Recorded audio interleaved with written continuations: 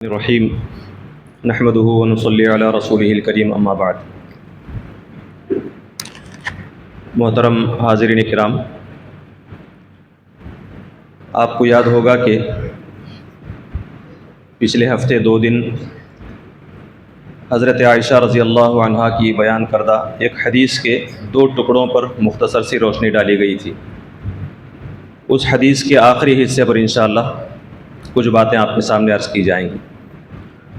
رمضان المبارک کے آخری عشرے میں، آخری 10 دن میں رسول اللہ صلی اللہ علیہ وسلم کی کیفیت کیا ہوتی تھی، کیا عمل آپ صلی اللہ علیہ وسلم فرماتے تھے، اس کی وضاحت حضرت عائشہ رضی اللہ عنہا نے فرمائی۔ یہ فرمایا کہ جب آخری عشرہ شروع ہوتا تو آپ پوری طرح تیار ہو جاتے، یعنی بہت ہی جد و جہد کے ساتھ آپ صلی اللہ علیہ وسلم عبادت فرماتے تھے۔ اور دوسری بات یہ بیان کی گئی کہ احیا لیلہ، کہ آپ صلی اللہ علیہ وسلم راتوں کو زندہ رکھتے تھے، راتوں کو جاگا کرتے تھے۔ تیسری اور آخری چیز جو اللہ کے نبی صلی اللہ علیہ وسلم کی سنت بتائی گئی وہ یہ کہ ایقظ اہلہ، کہ ان راتوں میں آپ صلی اللہ علیہ وسلم اپنی ازواج کو، اپنی بیوی بچوں کو بیدار کرتے تھے، انہیں بھی اٹھاتے تھے۔ اس کی وجہ کیا ہے؟ ظاہر سی بات ہے کہ ہم اچھی طرح جانتے ہیں کہ آخری 10 راتوں میں ایک رات ایسی ہے جسے 1000 مہینوں سے افضل قرار دیا گیا ہے، اور اس رات میں عبادت کرنے کو مغفرت کا ذریعہ قرار دیا گیا ہے۔ اس رات میں اگر کوئی شخص قرآن مجید کی تلاوت کرے گا تو امید ہے کہ وہ قرآن مجید اس کے لیے سفارش کا ذریعہ بنے گا۔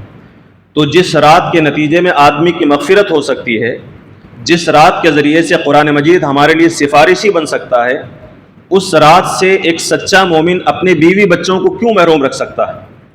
نبی کریم صلی اللہ علیہ وسلم کا عمل یہ بتاتا ہے کہ اس محرومی سے بچانے کے لیے آپ صلی اللہ علیہ وسلم اپنی ازواج کو بیدار کیا کرتے تھے۔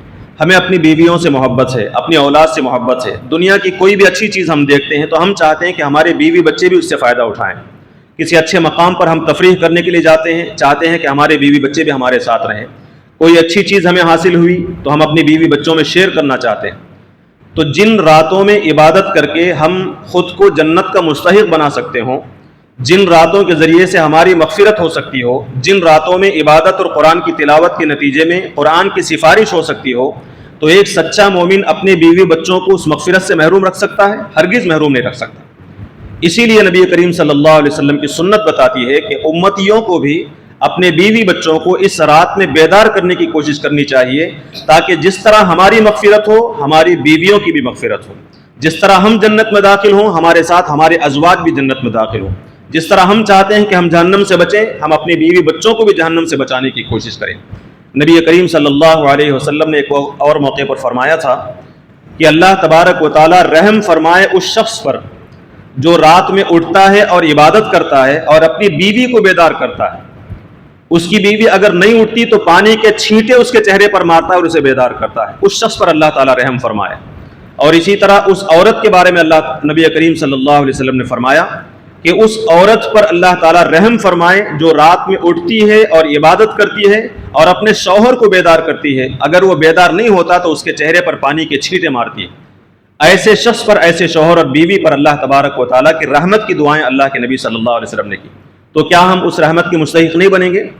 آخری 10 راتوں کی فضیلت کو حاصل کرنے کے لیے 5 راتیں ہمارے پاس باقی رہ گئی ہیں۔